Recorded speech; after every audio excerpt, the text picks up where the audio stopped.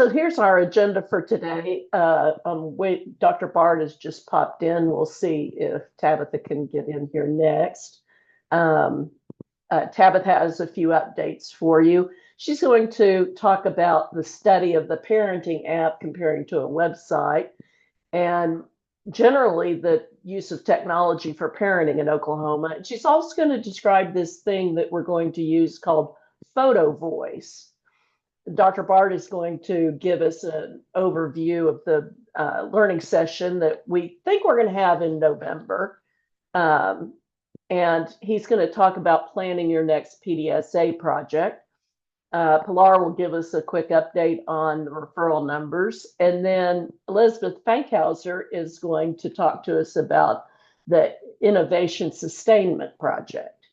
Um, so now, if Tabitha is ready, I would like to turn it over to Dr. Fleming to give us her presentation.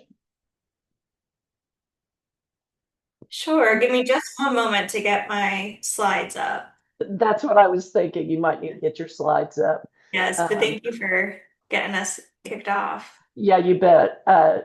Dr. Bard, do you have slides or do you want me to be showing the key drivers diagram when you get to that part?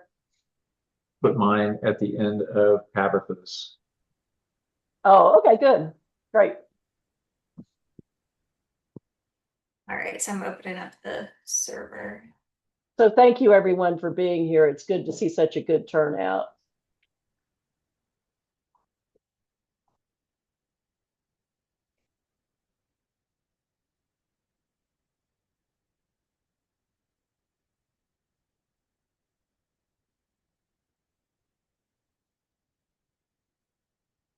All right.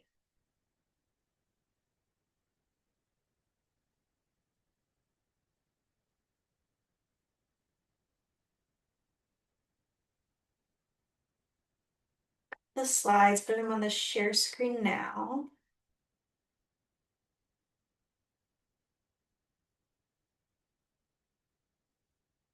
Okay.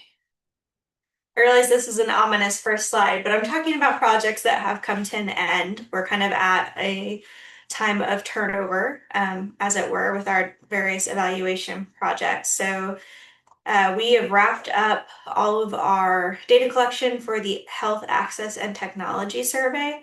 I know we've provided updates on this particular project's aims and what we're asking about across the last few meetings, so I will uh, spare you that overview.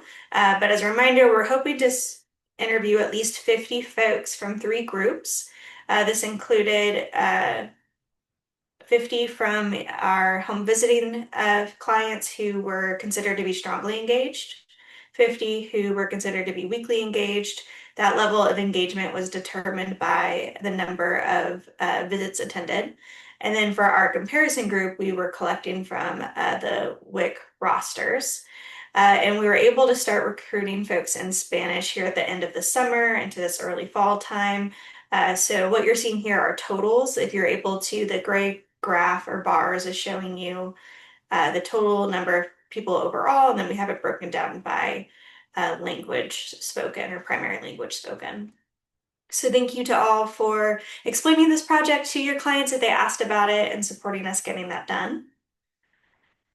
I'm sure we will tell you more about results as we work on analyzing, but to give you just a snippet of some of what we've learned, I'm going to talk about technology use for parenting purposes, but from the sample, so from these families in Oklahoma.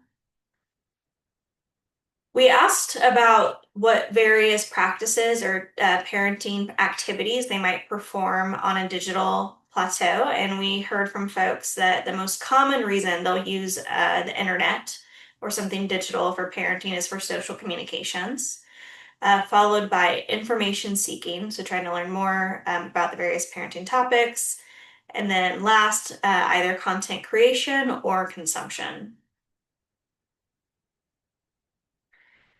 We also asked about usefulness across the board. So those 3 groups I defined, as well as some key demographics, which we were looking at race, level of education, things like that. all the families we spoke to rated the use of online activities for parenting comparably in a positive manner. And then again, similarly across those groups and key demographics, our families rated the internet and social media as comparably helpful for parenting advice. We also asked folks on a sliding scale that they could maneuver between 0 and 100, how willing they might be to use an app for parenting support. And overall, we saw really high willingness. The average was just under 83% of that 0 to 100 scale, which leads us, I think, kind of nicely to our pilot study that you've been hearing about. So we just wrapped up recruitment for the pilot. As a reminder, we're calling this the Parenting App Study. We recruited 23 folks over the last about month and a half, and 20 completed the full study. I'll show you those procedures again in a moment, just to remind you. But 10 folks were assigned what was called the web version of this digital resource, and 10 were assigned the app version. So web version would access the resource via a URL, and then those who were assigned the app version downloaded the app. For the 20 folks who did completely finish the study, all identified as women and all were the biological parent of the target child, who is in our age range of 2 to 5 for this particular study. The digital resource they were assigned to use as a reminder is called Vroom. This is a free resource available freely on a website and mobile app for all iOS and Android devices. All the features are accessible in English and Spanish, and then some select materials are available in a wide variety of other languages. And their content boasts over 1,000 parenting tips, so kind of little strategies they try to put in digestible bites of how to approach a variety of parenting concerns. And which tips you are exposed to can be tailored to a degree by your child's age, so you're able to make a profile for your children. So for this pilot, we recruited folks and had them complete what we called a pre-engagement survey, where we asked about their parenting activities and their online use and sources of parenting advice. Then they were randomized like a flip of a coin, either to use the app version or the web version. Once they found that out, they were walked through how to use or access Vroom and were asked to use it for about 5 minutes a day for a full week.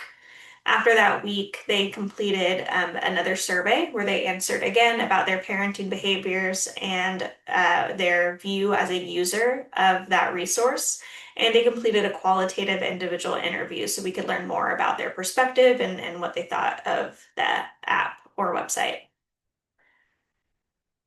We'll break this down at some point, but interestingly, we saw that folks who were assigned the website had a little bit higher ratings on this 1 to 5 scale for these different features of the resource.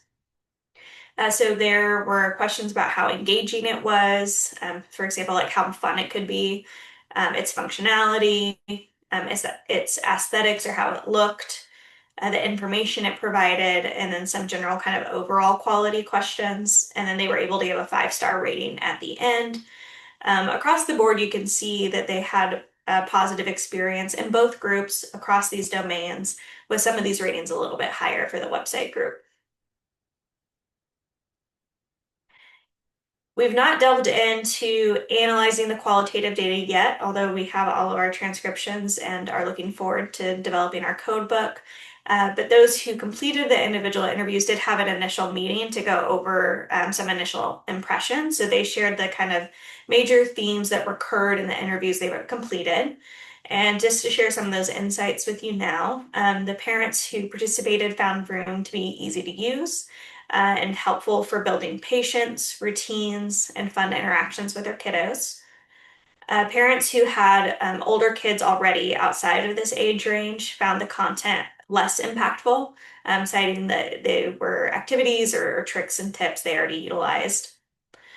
In terms of features or aspects of the resource they liked, those who have the app had the option to sign up for a daily reminder, which we required them to do for the study. So they found the daily reminder helpful. Across the app or website, there's a favorites tab where you can kind of star certain tips that you want to come back to, and that the content was clearly organized. These are all features that were valued. There are some tracking features for what you've used already, and they found that to be less helpful. When asked about designing their own digital resource, what they'd want to see more of, parents cited wanting more detailed content on certain topics. One that came up is like toilet training, as well as more interactive features like videos, testimonials, and some form of peer support, like using a chat. Overall, though, they saw room to be a useful tool, especially for new parents or those with fewer support resources. And interestingly, that's why I said it's interesting. The website was rated a bit more favorably. All of them in the interview said they'd prefer to use a resource like this as an app. As a reminder, in terms of next steps, we're going to analyze this initial data from the parenting app study, and then we are partnering with some colleagues in other areas of the country for a multi-site grant. That application is due in February. So that wraps up our most recent evaluation activities. Now I'm going to spend just a moment talking about something that's coming ahead with our Workforce Development Learning Collaborative. We've mentioned it a little bit, especially to the supervisor group, but wanted to give you some examples today. So one of the strategies we'll utilize through this Workforce Development Learning Collaborative is an approach called Photo Voice. Hey, Tabitha, I'm sorry to cut you off. Oh, I'm just wondering if now would be a good time to take some questions or even comments about the findings from the parenting app. This is a oh yeah. really stark kind of transition here. So we would love feedback if you have it. Maybe just to prime the pump here, I'm kind of curious how many know about the Vroom app, the VROOM app or website. And is it being utilized in Oklahoma home visiting already?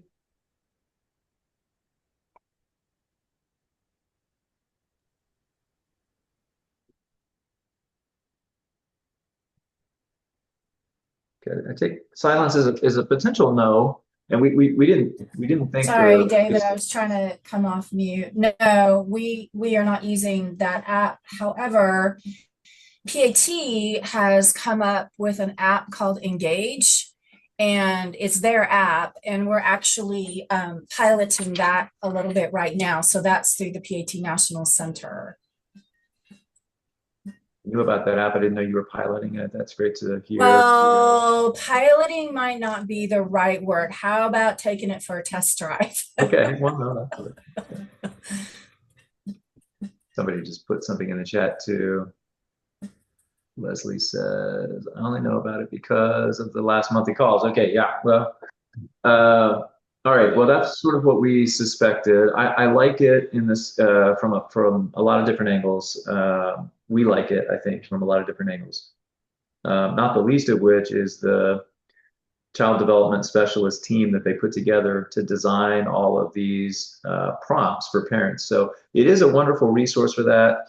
It's a little bit bare bones, but I was overall pleased with the results of this pilot study. I'm glad to hear that the parents found it to be useful. Like Tabitha indicated, we're shocked, all of us, that the web users were more engaged, it appears, with the technology than the app users, even though the majority are saying we'd prefer to have an app. So, well, one thing we wondered, and we didn't ask directly, unfortunately, is if most of these parents, even if assigned the web condition, were using a mobile device, and so it sort of felt like an app, even if they were using the website. They had, used their favorites tab to get to the website content. But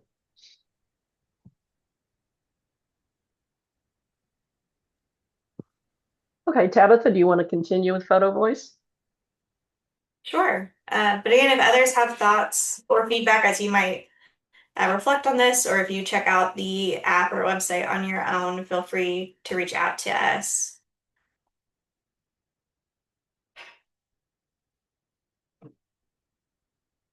Okay. So again, Photo Voice, this is a qualitative approach that is a way for participants to share their experiences visually as well as verbally. So what we intend, and this is our proposed evaluation plan, we might change it a bit, But our hope is to invite 1 to 2 folks from each LIA to participate in this process. And those participants will get a standardized prompt and instructions on kind of how to do this. So this will include the maximum number of photos to submit at the final submission, some guidelines about like photo resolution and how to do the captioning, as well as support around privacy recommendations, especially taking into account that a lot of your work is with clients. Once those are participants are identified and they've received those instructions, they'll get about a month to think about that and take some photos. And that group will meet for an initial forum to kind of share insights and ideas together. Excuse me, Tabitha, you're talking about having parent educators being the participants? Yes. Okay, thank you. Thank you. Yes, yeah. So this would be for home visiting staff. Thank you so much, Lisa. After that meeting, participants will have 1 more month to take photos and make final submissions, since they'll have had the benefit of speaking with others doing the same task. And then insights we gain from this phase of qualitative inquiry will be used for the traditional semi-structured interview guides we'll do later along in this evaluation. I'm just going to give some examples so folks know kind of what to expect. This is not the last word on what this prompt might look like. But here's a sample prompt to ask about workforce supports. So it says, take a photo of something that represents a support you have at work. This could be a person, place, object, routine, or anything else that helps you in your role. Along with your photo, please share a brief description of how this support helps you and why it feels effective or meaningful. If your support would depict something identifiable about a client or something you cannot access, take a photo that symbolically represents that support to you. So that's a sample prompt to take photos and a caption. Here's an example response to that prompt. So shout out to my dog, but just trying to make a response to that. So a caption to it could be, this photo shows my dog sitting under my desk while I work from home. The flexibility to work from home 1 day per week makes me feel like my workplace values my work-life balance and has trust in me to perform my duties off-site. It really helps me get through the week to have a day I can be home with my dog, and it helps me save money on daycare and gas. On the flip side of that coin, we'll also be asking about sources of stress or burnout. So here's a prompt for that. So thinking about maybe a task, a setting, a policy, an expectation, anything that could contribute to feeling overwhelmed, drained, or unsupported. And again, just a sample, but here's a picture of my car in a parking lot and saying that being kind of the last one to leave can sometimes be a source of overwhelm. Any questions, thoughts, feedback about photo voice? Are you saying that we're going to select the piece, or we're going to say this to all piece, or how is this going to be implemented? Yeah, so we'll recruit from each agency asking for about 1 to 2 participants. The submissions will be through a red cap form, as it will be private. And we will have 2 phases of that. So we'll have that initial meeting where folks can bring a few pictures they've already taken to kind of review as a group together. And then they'll have more time for that final submission. I think what she's asking is, will the supervisors be choosing staff members, or will you Correct. be asking for volunteers, or how does that work? I will defer to David if you've gone further and thinking about how this might transpire, but I imagined we would ask for volunteers. That was our original thinking. We're open to suggestions. Part of the reason for presenting the protocol today.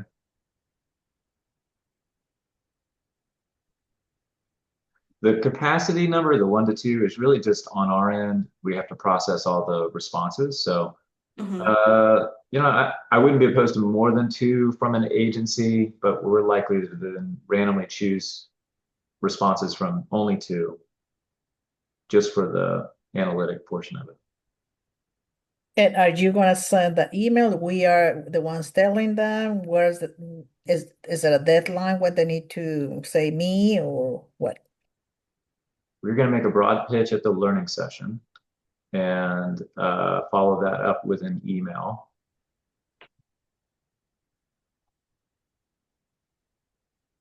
Yeah, I think the email, sorry, I'm speaking out of turn here. Tabitha's probably given this more thought than I have, but it makes more sense to send that email to the supervisor so that you can relay back the names of those who are willing to participate.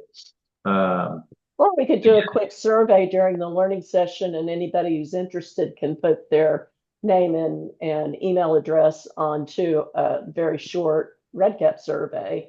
And then if we get more than we need in terms of volunteers for a particular agency, we could randomly choose from among them. Yeah, that's a good idea. Okay, we can do that. This is Yolanda. This slide is going to be sent to us because I think, you know, that it's a good example that we can share with them to see, you know, what is this about? Absolutely. We'll be distributing these slides after the meeting. You'll get that from Lisa Tunley. Okay, in interest of time, let's go ahead and go to Dr. Bard's part of his presentation. Dr. Bard, do you want to take over the share screen, or do you want me to point and shoot for you? I can, well, why don't you point and shoot? I only have a couple here. Yeah. So this should go quickly. Obviously, learning session is around the corner. As Lisa had mentioned, we're shooting for mid-November still. We're having a little problem with the location. So it'll almost certainly be on the OU campus, the Health Sciences campus in Oklahoma City. And we're just trying to narrow down the actual building and parking lot. So if it is not in November, and we had sort of a small window there to operate with, we will shoot for something after the first holiday and before the second. So somewhere between probably that first week of December, but that is not ideal, I'm sure, for you or for us. So we're still holding out some hope that we can find a location on that second week of November date, that second week in November, sorry. When we show up, per usual, the morning will be dedicated, most of the morning will be dedicated to sharing back the results from your, what would be action phase number 1, PDSA.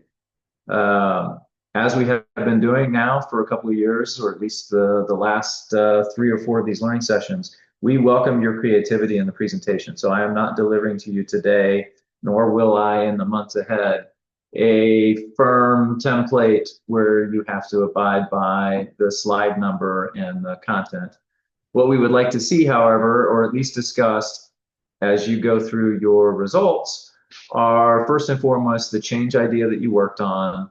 We'd like it to be situated within the key drivers diagram. So tell us what the secondary driver is, and then ultimately how you think that this is affecting workforce well-being. And by that, I really just mean the old change theory diagram. So you've selected a change idea. Why do you think that this is, or why did you think originally that this would have an impact on your ultimate aim, that being workforce well-being? After you've explained the theory behind the change idea and the eventual, or the intended outcome, tell us what you did. So the plan and the do portion of PDSA, however creatively you come up with that. Again, we welcome thinking outside the box. We would like to see results, so numbers and graphs preferably, and feel free to lean on your analysts, particularly on the upcoming rounding calls for those figures and numbers.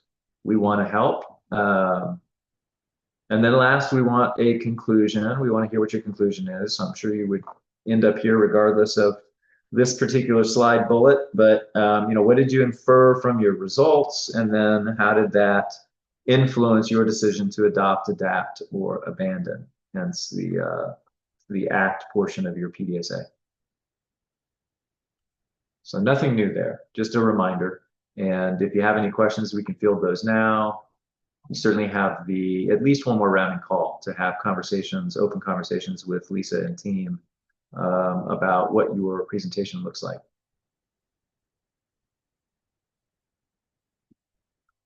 Not hearing anything, let's move to the next slide, which is a reminder of what our key drivers diagram looks like and a little bit of prep work. So in addition to putting together your presentation on action phase 1, we would like all teams to be thinking about action phase 2, and in particular, come prepared with a change idea. So again, nothing new, just a reminder. These are the secondary drivers and the primary drivers, the ultimate aim, of course, being the influence on well-being here. Next slide shows us the change ideas. So this is the level of detail we're hoping that you have settled on by the time you show up at that learning session. On the left-hand side are all of the change ideas that we ran through at our kickoff meeting 6 months ago, almost 6 months ago. You do not have to select one of these, although we have a slight preference for it, just because we're set up to analyze and support you with these particular areas. But if you have a really interesting change idea that is not on the list, we are not going to be a barrier for you. We want you to pursue that, and we want to be as helpful as we can. We'd love to know about that as soon as possible so that maybe we can do a little bit of prep work ourselves and show up to that learning session prepared to assist as thoroughly as possible. So this is one of, I think, 3 pages here, page 1, page 2, and then a page 3 of the individual change ideas and how they relate to those secondary drivers. So as Lisa said, we'll distribute this so that you have a fresh copy.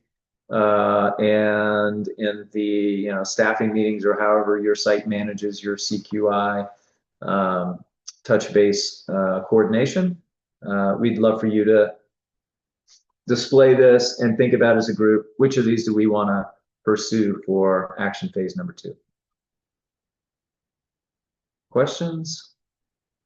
Concerns?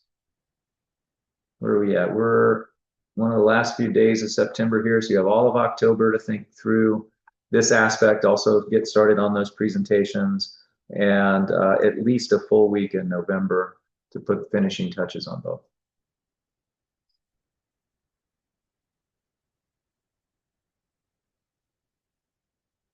Okay, I'll turn it back over to Lisa. Okay, thank you. I'd like to call on Pilar to give us an update. Pilar, I will share the document that you sent to me, and if you could just walk us through that. I appreciate that. I am not a techie person, so I usually have problems with that. First, I would like to introduce our new attorney for our MIECHV project, Josh Ridgway. He is currently located in Tulsa, but he's going to be shortly representing all our clients in the Oklahoma City area. And I don't know if Josh is visible, or I know he's working from home today, but he will be taking care of your clients that are housed in Oklahoma City. Yeah, he's there. He's waving. If you scroll Okay. through people's faces. There he is. I see his picture now. I didn't know if he wanted to say hi or anything. Oh. I see he's still muted. So our email also for MIECHV referrals is, I wanted to mention it again, is 4kids@laok.org. I will be gone, like out of the country, the week of October 20th through the 23rd. So I wanted to kind of mention that again, because I will not be able to receive your emails for new referrals that week. So that email was created in case I fall off the planet one day. Your referrals are still being received and worked on. For the month of August, there was 4 referrals that were received, and you can tell there the clear winner for referrals for that month is Oklahoma City County Health Department, Children First. They sent out 3 referrals. 1 was rejected because we do not provide immigration services right now, unfortunately. But 2 are currently open, are being worked on. 1 was received from Latino Community Development Agency, but we had to reject that one because they currently had an attorney. We cannot work on somebody that already has been represented. Then the other referrals that we did, intakes that we did complete, and I wanted to point this out to you, were from previous referrals. If you notice on the original referral receipt dates, those are in April, July, June. So we can either have already closed out the case, or maybe we are still have an open case with them, but we identify a new issue. So a new case is created a month, 2 months, 3 months, or even after the case that's already, the original case that you refer for has already been closed, and we will open up that case. So many times you guys know about it, but I want to also make sure that you guys are aware that we have opened up additional issues on. You won't know what's on or what the issue is, but we did. And then for 2023 cases, during the month of August, we had no cases that were closed. And this is for the original MIECHV time period for the grant. We still have a total of 9 open cases for that period. So we had those at the end of July. We still have the same cases open as of the end of August. But for 2025 cases, we have a total of 24 open cases, and that does include the 9 from 2023-24 and 1 pending case. But for the month of August, we did close out 13 on advice, 2 on brief services, and 1 we did lose contact. So basically the person just stopped communicating back with the attorney, so we had to close that out. And we did have 1 that was pending that we had to reject because they did not meet the citizenship, and we had no way of exempting, so there was no DV, domestic violence, or other issues that we could exempt. So that's what happened with that. And I believe that might be it. If you guys have questions or issues, you guys can email me, call me, and or call or email that new email address, 4kids@laok.org. Any questions for Pilar? Thank you, Pilar. We sure appreciate it. And have a good time on your trip. Oh, thanks. Now I'd like to turn it over to Elizabeth Fankhauser, and she's going to give us an update on her continuing work related to innovation. Thank you. I do have slides, so I'm going to share. Can everybody see that? We see it, Elizabeth. Okay. Awesome. Then this is just some quick updates into innovation sustainment, and sort of what we've been doing, as Lisa mentioned. First, I want to give kind of context for what we're really anchoring this past research into. As was presented at the last meeting, the MIECHV data warehouse for Oklahoma, and specifically the completed developmental referrals was shown, and we were far below the national average. And so we wanted to really look into why that might have been. Specifically, we looked into sort of what goes into the numerator for this data, which would be the number of children who were enrolled in home visiting, who received individual support, received early intervention services and evaluation within 45 days, and or were referred to other community services within 30 days. We're unsure of how often individual developmental support happens, and we're also not sure where this might be documented inside ETO. Similar with how often children are referred to community services after screening positively for developmental delays. So both of those we're unsure where they might be found within ETO, but we're very familiar with being referred to early intervention services like Sooner Start and receiving an evaluation within 45 days. So we wanted to focus on how difficult it is to find this timeline within ETO. Hey, Elizabeth, that's a great setup. I'm going to jump in just for a second. And hopefully everybody does remember the presentation that Daniel Ayers ran through last month. where we were looking at all of the benchmarks that have to be reported for MIECHV funding. This is one where, as a whole, we have not done historically very well. You see in this time graph, even, I'm not sure this was presented last time, that this is not new, and we've been reporting data that's fallen far below the national average now, essentially since the beginning of MIECHV. The line doesn't go quite that far back, but I think it's fair to say there's been a pretty significant gap. I'm of the mindset, and I suspect many of you are too, that the gap that you see in this plot does not match reality very well. And at least I hope it doesn't. And I think that the numbers are probably telling us a different story than what actually happens in practice. Nonetheless, the agency and the state is bound by what it finds in the numbers. So this particular outcome blended nicely with the innovation sustainment project work that we've been doing and that Elizabeth has been working on now for several months. So we thought we'd take a closer inspection of it. I don't remember us covering it in quite this same detail last month, but you see here the numerator that Elizabeth just ran through.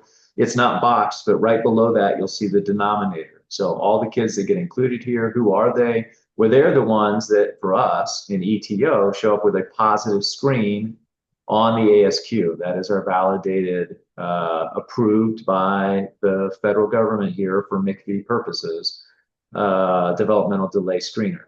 So anybody who has a positive ASQ shows up in this denominator. And then for the numerator, which of course determines your rate on the screen in front of you, it's one of these three categories. And I scanned, I didn't see Danielle on, but Danielle, interrupt me if you're here, and you can share back the details with us. I have a pretty good idea how you're denoting numerators for condition B. We weren't very clear. We weren't very sure how we would capture condition. It's not notated A, but I assume that that's condition A, where it starts, or condition C. So A would be the number of kids enrolled in home visiting who, oh, there it is, sorry, receive individualized developmental support directly from a home visiting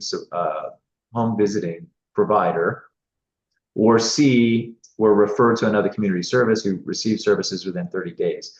I don't know if in Oklahoma those two things factor into our numerators or not. Danielle would be best to answer that.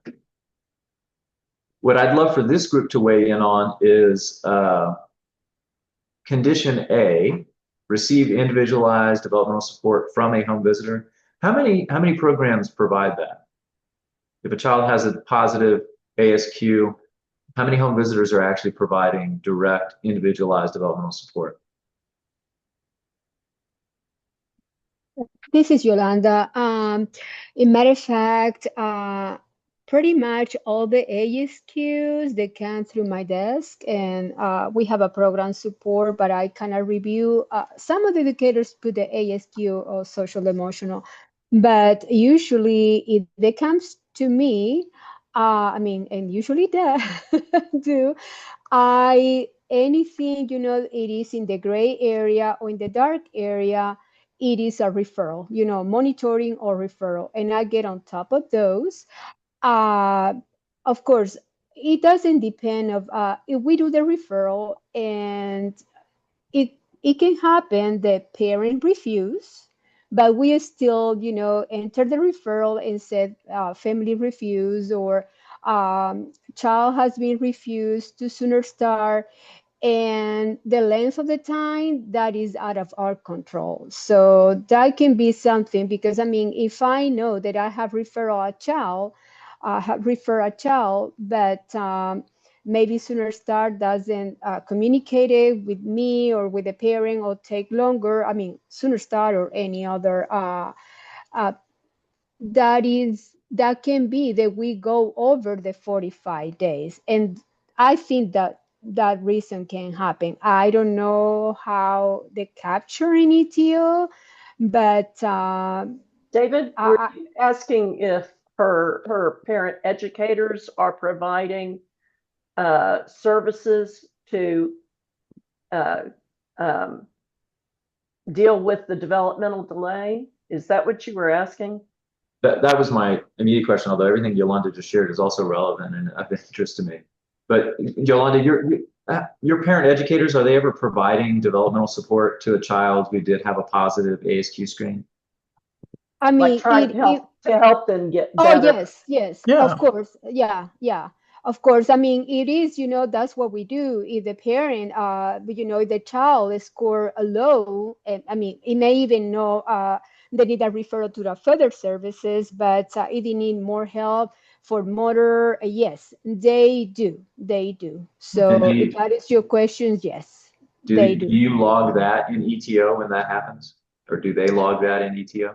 When is a monitoring, I mean, the child is in the monitoring section, yes, we make a note when we enter the ASQ that child is in the monitoring section, and I also keep the papers. I still keep a lot of the papers that, But only when they're in monitoring. yes, yes. So And like if you're also referring them for services because of the low ASQ, that's, you But a don't lot of record. the support, I think that that's the same way that we do it, Yolanda. I guess a lot of things are written in the documentation that she's not going to be able to yes, get what support if you brought extra activities. So if the child yes. didn't have an opportunity to dress on his own, I mean, what kind of things the mom did. But I think, I mean, I see it's still low, and I think it has to do the way it's capturing or how we're getting it from ETO. Because the same that Yolanda was describing for us, I mean, it's a topic we're on top, and we know that 100% of the children that had a high score in ASQ or the delay or possible delay are referred. The thing is, here I'm reading the 45 days. I know that in my annual report, 94% of all the ASQs were done within the 45 days. So it's still pretty high. Not everyone, because sometimes you get a family and they leave before those 45 days and then you can't do the ASQ. So 95% last year I have. And then we know that 100% they were referred. The thing is, if they're wanting to know how many got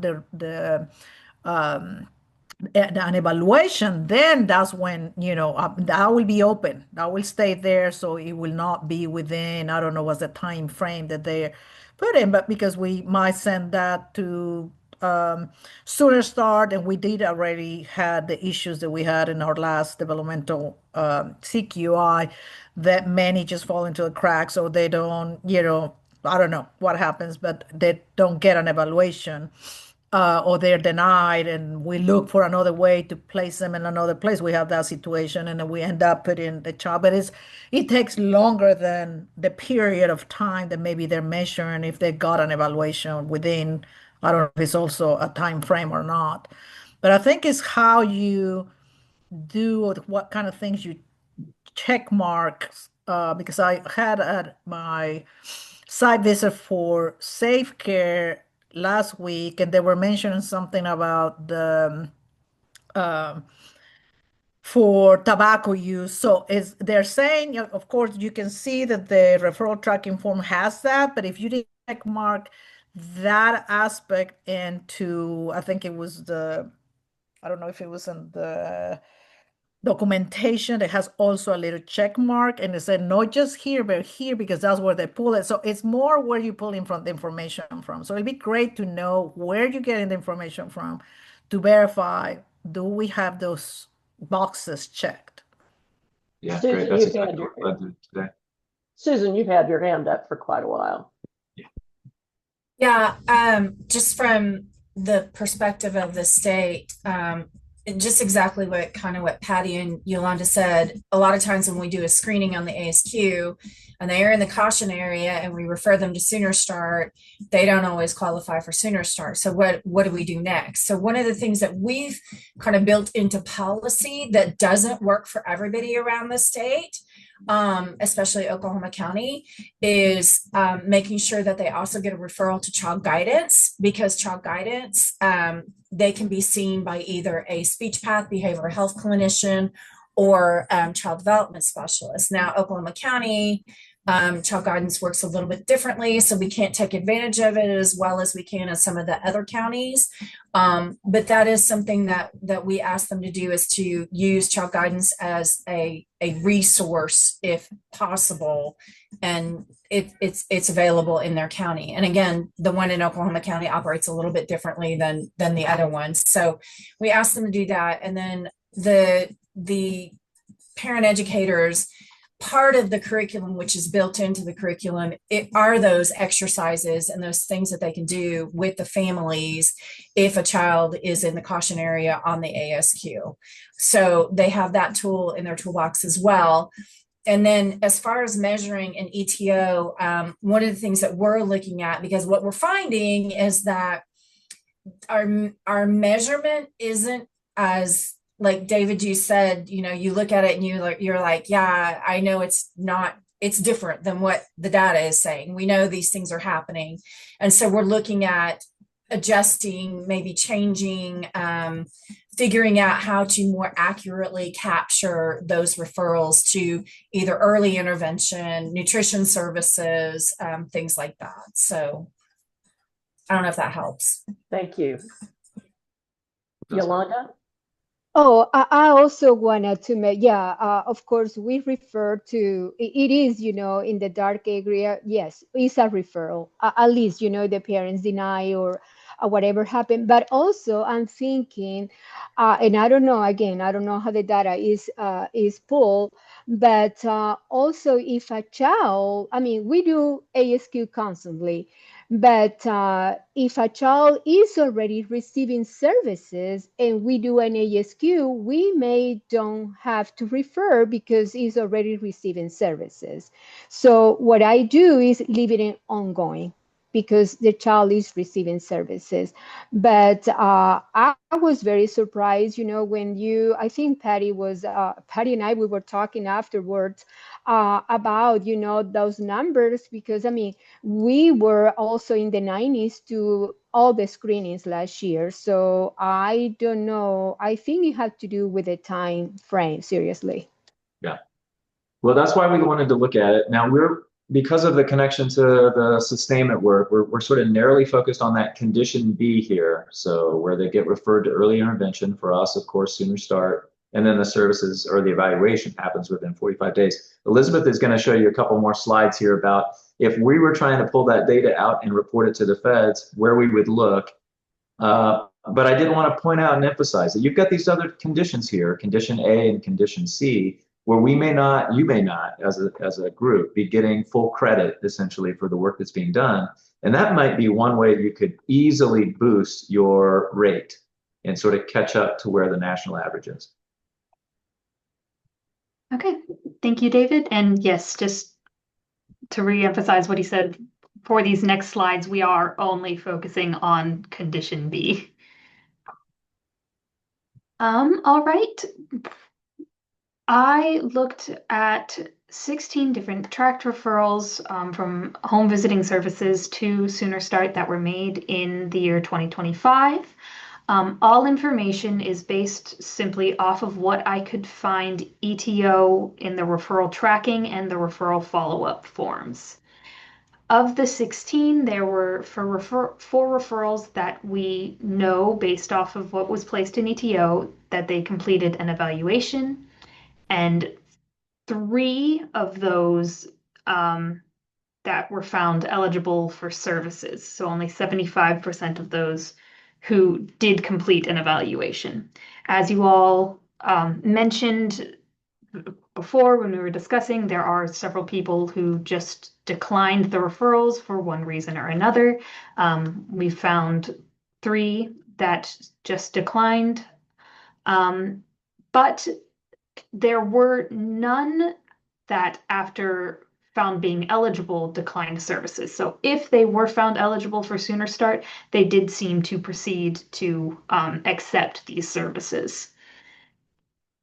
And then most interestingly is how long from a client's referral to the start of the services, which falls into that 45-day time period from B. Only one referral had an evaluation date somewhere on the referral tracking forms at all. And this was found within the notes section of a referral follow-up form. As from what I saw on the ETO forms, there does not seem to be a specific area to capture the evaluation date. And that may be something that Sooner Start or the client is not informing you all of, or it just may be something that is not properly being captured. I'm not sure. And with that one referral, it took 18 days from referral to evaluation, which is well within the 45 days. And then from a referral to service start, these two referrals did not have an evaluation date captured, but they did have, yes, thank you. Sooner Start does not communicate with the provider after referral made. Yes, which is one of the problems that we have been running into quite a lot in that innovation and innovation sustainment is trying to help with. But from referral to service start, it was an average of about 38.5 days. One of the clients was not within that 49 days, but because it was from service start, they were definitely evaluated within those 45 days.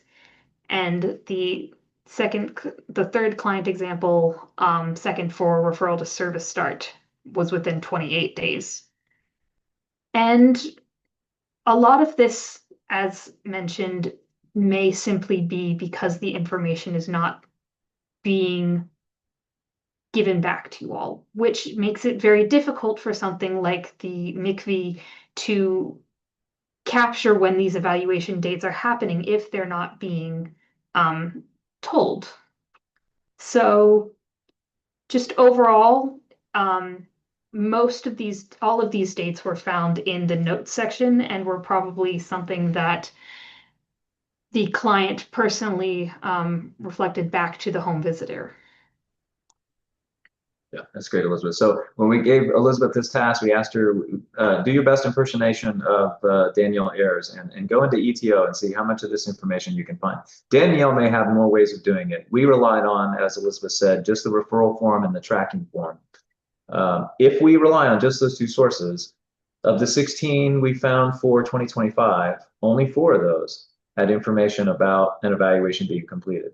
So just the evaluation being completed even puts us below that national average we saw on the previous slide. If we go one step further and then try to calculate, well, did that evaluation happen in time, right, within that 45-day window? It looks like only 2 of those 4 had data that would verify, yes, they belong in that numerator. So now we're down to 12.5%. We're all 16 in the the needing referral category. That we did not look at, but it would be interesting to find out. Yeah, I assume so, Lisa, just because the referral was made, but yeah, maybe there's some exceptions there. That if an ASQ is not, if the criteria for developmental delay are not met, do we still sometimes make referrals to Sooner Start? Maybe. We're about to run out of time. How about the next slide real quick, Elizabeth? Sorry. Oh, good. Real quick, just what really needs to be captured to meet the benchmark is mainly that referral date and that evaluation date. You guys are doing a great job at capturing the referral date, but that evaluation date is not something that I personally found is being captured well in ETO, which again, if it's not being communicated back to you all when it's happening, it's very difficult to capture that in ETO. Just to clarify, Elizabeth, is that an actual field in ETO? Is there an evaluation date field? No, there is not. Okay. So if somebody were to put it in ETO, it has to go into a note section, correct? Yes. Okay. At least in that referral and the referral tracking form. Mm-hmm. Okay. All right. And are there any further comments or questions? It's me again. I think I mentioned the last time that we talked about this. If ETO can be an alert, I don't know. Again, I don't know if that's possible or not. When we have a referral open, especially when it's about developmental screening, it should be very, very good, but not only for the educators, but also for supervisors to say, so and so, was referred, the referral still is open.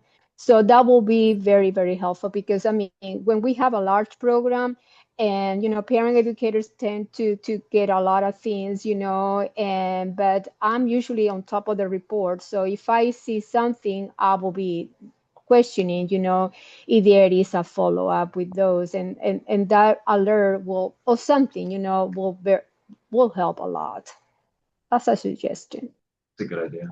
Yeah, The and other thing I thought of, maybe will help to have in the referral tracking form the question specifically was the evaluation or was even if you don't have the date, I don't know. I mean, and here is important because it's the 45 days, but or the date of the evaluation or something that says yes, but unknown exact date or something that way they can check mark, um, and more of Yeah, this information that she's needing, they qualify or whatever. I mean, just a little more details on that. Maybe that will be helpful, a good way to prompt those questions even for the PEs.